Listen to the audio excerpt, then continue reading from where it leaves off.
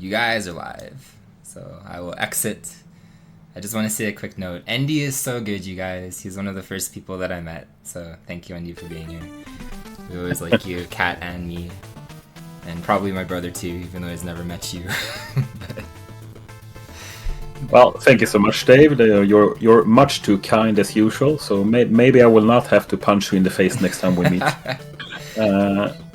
That's good. That's good. Now, hello everyone. I am NESday, and I'm going to commentate Knucklebusters Mitsume ga Tōru, which is a Famicom exclusive game, never released in the West. It's actually a very good game, which you're about to see. I play this game a lot, but it has been a few years, so I'm sure there's new and improved strats since I played it. I used to be very good at this game, but I haven't been keeping up with everything new. But so bear with me. But I can at least explain everything about the game in general to you. So I think KB is ready to go. So I will probably explain, along the way. So I will do a countdown, and it will start from title screen in 3, 2, 1, start.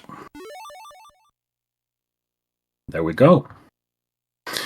So, well, I guess I can talk a little bit about the story in the game. Well, you're a dude with one eye, one evil eye, I should say, and you're gonna rescue a girl which is kidnapped from the last descendant of your clan or something. You're not evil technically, but you are evil when your third eye is out, and it's usually not because he usually has a band-aid for it. But okay, you know what? I don't know the story. Fine, you got me. But that's basically the premise. So there's an auto-scroller section in the beginning here. So depending on what strat KB is using, he will try to get some extra money here. You have the basic attack, as you can see now, but there's a few shops in the game where you can upgrade your weapons. And you can see that the more he shoots the coins from the enemies, the higher the value gets from them. So I'm not sure if it has a specific target. It used to be like 300 back in the day, but it's probably not a big deal. I would assume the strats have evolved since then. So other than the shot he fires, he has another type of attack, which is his spear, which is I would say the main strat of the game. Let's see what strat he goes for here now. Okay. So there's a secret money thing here, which will make him end up with a lot of money. Oh wow, okay. Oh, he needs a lot of money, apparently. 3,140, that should be sufficient enough. Back in my day, we used to do a weird despawn strat here, or at least we tried to. It was incredibly annoying, but well, when I had the record, but since then, I think it has evolved to using extra shops and different weapons instead. Anyway, as you can see, he's using his spear as a mobility tool, kind of like the magnet beam or the items or rush in Mega Man. I would say that is the easiest comparison. And he can also use it as a weapon. Not currently though, because you have to buy an upgrade for it to be an efficient weapon. But back in the day, the major strat was usually to use the spear as a weapon and make it get stuck inside of the bosses, which would make them take damage every frame and basically kill them instantly. So he's buying the spear upgrade, and he's also buying some weapon upgrades. So I'm equally excited as you guys are to see what it's gonna do now, because I'm not really familiar with what the weapon upgrades are used for. So he's probably gonna try to get this stuck in a specific position and kill him with the spear. And he got it, that's nice. Claps. You could see the spear was killing the boss instantly. If you missed that specific setup he did, the boss was gonna jump around for like 10 minutes, and you try to get a weird backup kills in, and it takes quite a bit of time. So I'm happy he managed to get that first try. Really good.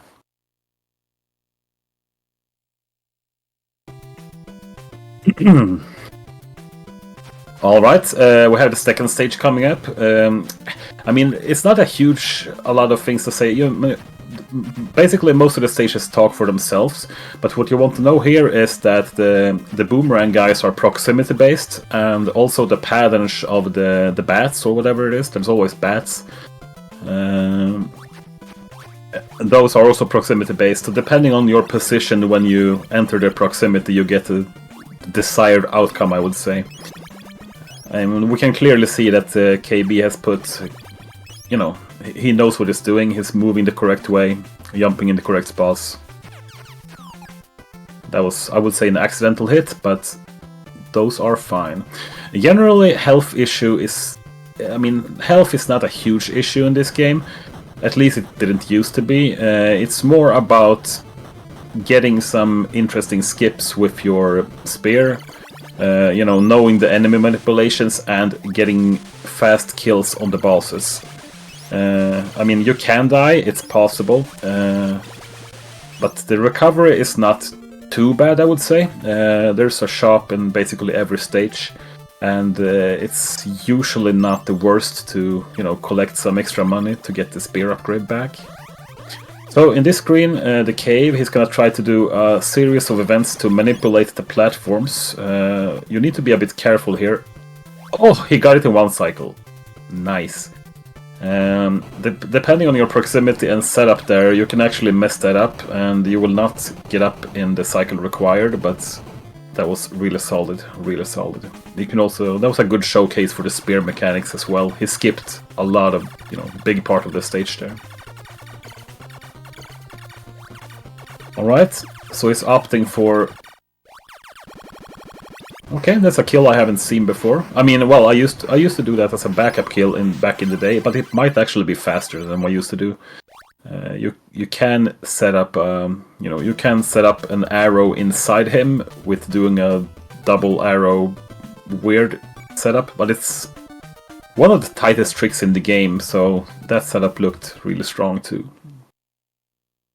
But this is a very good round so far. I'm proud of KB, I would say. So let's see how he handles the third stage.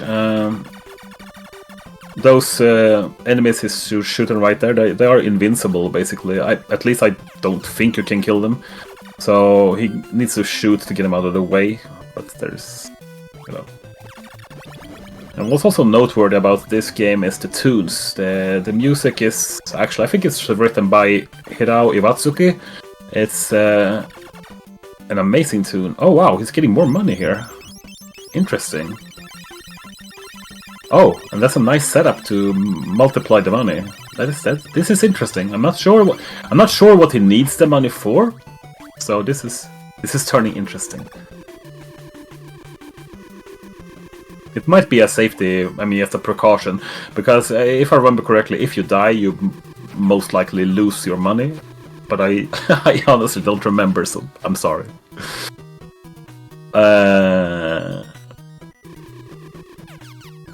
Yeah, and this stage is one of the stages where you actually have to watch out a little bit for your health, because as you can see, you do have like 6 health. There's some scary damage boosts.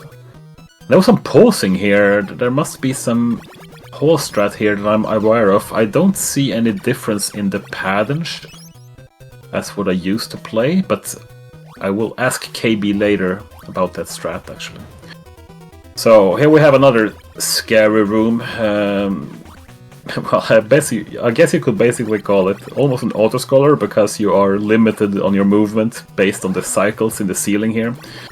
There is, however, a few scary ways to get past these last sections. You can basically speed it up a bit by getting as close to the spikes as possible, and he did a good job there. Definitely. He didn't miss any cycles or so. Some sucking fans and some other boring stuff. Yeah, and this elevator is really weird. Depending on how you move in this specific area, you get very different outcome on the patterns on these guys up top. But he's going for a somewhat consistent setup, so that was good. Also taking a shop here, probably gonna buy some extra health before... Yeah, that was a clear safety issue for the boss, because you really don't want to die in the boss fights. You might end up not being able to buy, the power-ups again, and killing bosses the conventional way takes a lot of time. Nice. Clap again. There's another showcase of how you use the arrow to get stuck inside the boss hitbox to damage it every frame. It's efficient and a good way to kill the bosses when possible. That was really nice. Really nice. This is a good run so far, I would say. But we have some tough stuff coming up, so we'll see how it goes. Alright, we have stage 4. This starts with a long auto-scroller. There's not much to talk about here, except these stupid troll. You see these trolls he's killing with the purple or pink hair, whatever it is. They look exactly like... Do you remember when you were little or small? At least we had in Sweden, that was very popular. You had these little trolls that you could put on top of your pencils. That they had like a hole in their butt, so you could stick a pencil in, and it was like... I don't think it was an eraser or something, but it was, several different trolls and different models and stuff. Really grotesque when you think about it. They look exactly like those pink-haired fuckers right there. NESDay pen trolls. Anyway. Oh yeah, I guess in the autoscroller section here I could get to Dave's Ninja Gaiden 2 question. What I consider about Ninja Gaiden 2 as a marathon game, I think it was. Ninja Gaiden 2 as a marathon game, I would say yes and no to his. He thought it to be very difficult. And in general, the game is difficult, I would say. And I will get back to this topic after the game, I guess, because now we're back from the autoscroller. So, remind me then. Anyway, this screen is really fun. One of the most fun screens to learn, I would say. It's basically non-stop. You run non-stop from left to right, which is always a good feeling. But you really need to know exactly where to jump, exactly where to shoot. Because the little pen trolls actually react to when you're shooting. That's when they jump. So you need to. It's not as easy as it looks. I would say though that since he has bought the shot upgrade, he has a tri-shot now. That actually makes this section quite a bit easier than back in the day when I didn't have this, because it actually ups your window to get the shot timing correct. The shot timing was a tough issue here before, so that was a good thing.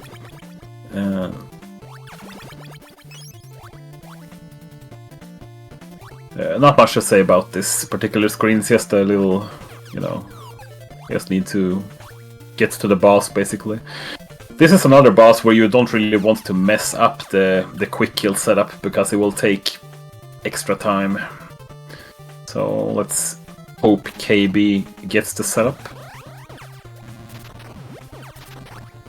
Looks like he did. It's actually one of the easier setups in the game.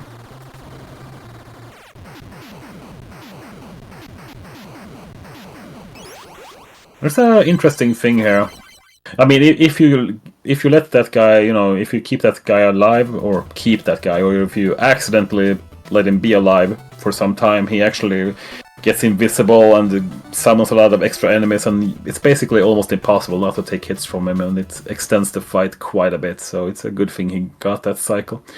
A fun fact though, I'm not sure if KB is aware, but if I remember correctly, if you do shoot him extra times after you have the arrow stuck inside him, if I remember correctly, it actually extends the kill time.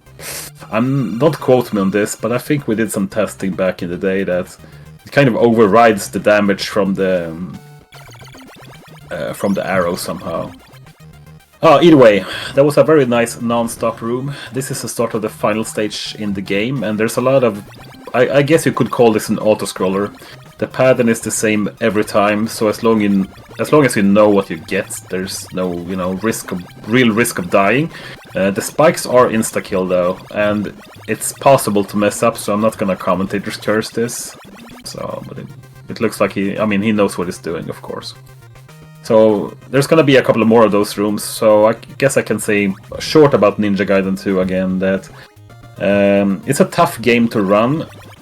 but since it's completely free of RNG, I would say that I would probably say that Ninja Gaiden 2 is of the Ninja Gaiden games, that's the one I would prefer to run in a marathon setting, because you always know what you're gonna get. There's no randomness to it. Ooh, and as I said about the spikes, that is the danger of them. So now, unfortunately, we have to redo this room, but it does have a lot of money, and it's not a huge deal, so... This is actually one of the scariest parts of the run here. It's pretty dumb. I mean, it's so easy to make... you kind of get sucked into the blocks as long as you're on the very edge of the hitbox of them. It's just dumb. Either way, Ninja Gaiden 2, yeah. So I would actually, I mean, even if you die, there are a few bad spots to die in Ninja Gaiden 2. But if you have played the game enough, you know where those bad spots are, and you can specifically practice the low percent strats basically to have sword only, you know. If you have sword only available to you on only those specific parts, you're gonna be fine most of the time. And now KB is playing with fire. You can see he's trying to shave Mitsume. Mitsume's already bald head even more on the spikes, which is something I also used to do. But this game has a variable jump height, just like many other games, like, you know, Mega Man Chip and Dale, for instance. Depending on how long you hold the A button, you have a different jump height, so... If you press the button too long there, it's actually scary and dangerous, but it's fine. Yeah. So there's a few mini bosses in this final stage, and they look like these big robot thingies. There are 3 of them, and they're basically similar. They have a little extra shenanigans, but as long as you get the quick kills correctly, you will never, you know, see them. This room is interesting. He's probably gonna do some kind of skip with the arrow, but I'm not sure what setup he's going for, so... Depending on what setup you do, there's a little manipulation on the... Oh, nice, he got it. So he managed to, you know, get the first cycle on the elevator there. If you play it casually, the elevator, you know, gets away, and you have to wait for it like 20 seconds, so it's a huge time sink. He's going for some fast strats here as well. The spiders are manipulated because they move when you hit them, and the other enemies are proximity based, so that it makes that room kind of tricky. So ideally, he don't want to take damage on this one. You can actually get the quick kill without taking damage, and he did it. Nice. You saw he snuck in real tight to that robot there. But sometimes the hitboxes are smaller than they appear, thankfully. And now we can hear in the music shift that things are getting serious. Oh wow! What is this? What sorcery is this? It's getting even more money. Okay, and I never knew there was a hidden money guy there. Okay, interesting strat, interesting strat. Oh, I don't think that hit is intended. I'm nervous now. Oh wait, he has full health. Okay. Oh. Okay, I'm very confused now. Sorry for being a bad commentator. Bad commentator. So we have more pen trolls. You can get this screen non-stop as well, but it's really, really hard sometimes. He's doing well.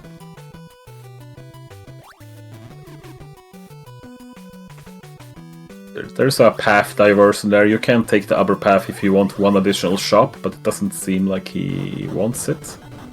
So I have to ask him afterwards what all the money is for.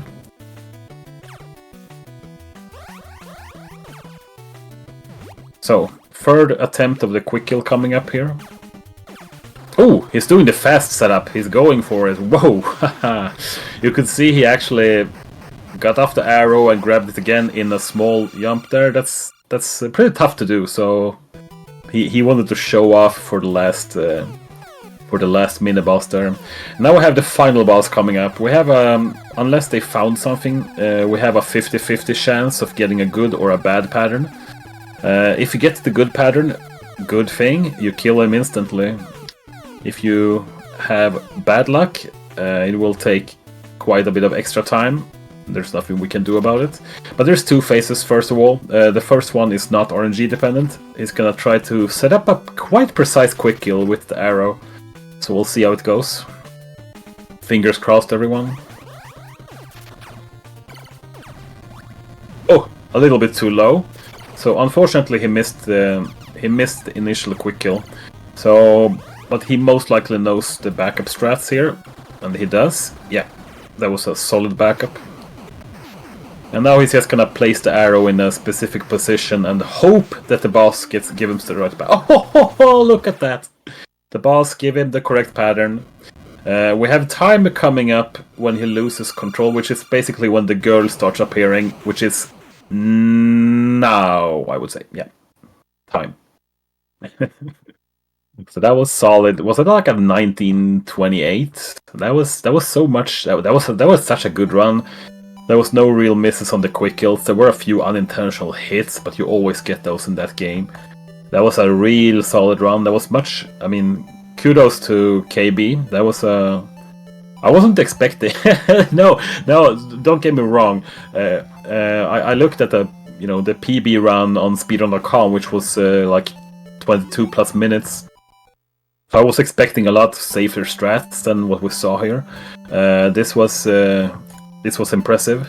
I mean, I'm sure he's happy overall with this run for sure.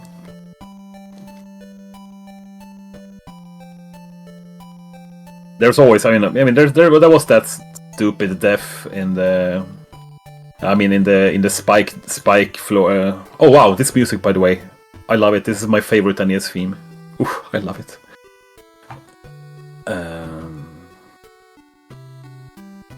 Extra money was just for fun and swag. Okay, I gotcha. Well, you showed me a couple of, new spots. A couple of new spots. I've never seen those money things before, so you learn something new every day. No problem commentating. That was a lot of fun. Always when I see this game, I want to get back to it. I need to, I spent a lot of time on this game back in the day. So and then there was a lot of new strats development. When I had already moved on basically, and I never got back to it. So it would be fun to do it someday. However, I do say that on a lot of games, so I wouldn't put too much weight into those words. Either way, that was an amazing run, and I was honored to come back to Twitch for a little bit to commentate on it. So. Yeah, but this game is a lot of fun. Even casually, it's not that hard. It's pretty forgiving. You have continues if I remember correctly, and you could see there's shops in basically every stage. Lots of power-ups. The mechanics are great. The controls are great. There's a couple of auto-scroll sections and some, but it's to be expected in an NES game, which is like 20 minutes long. So, but this game I can really recommend for sure.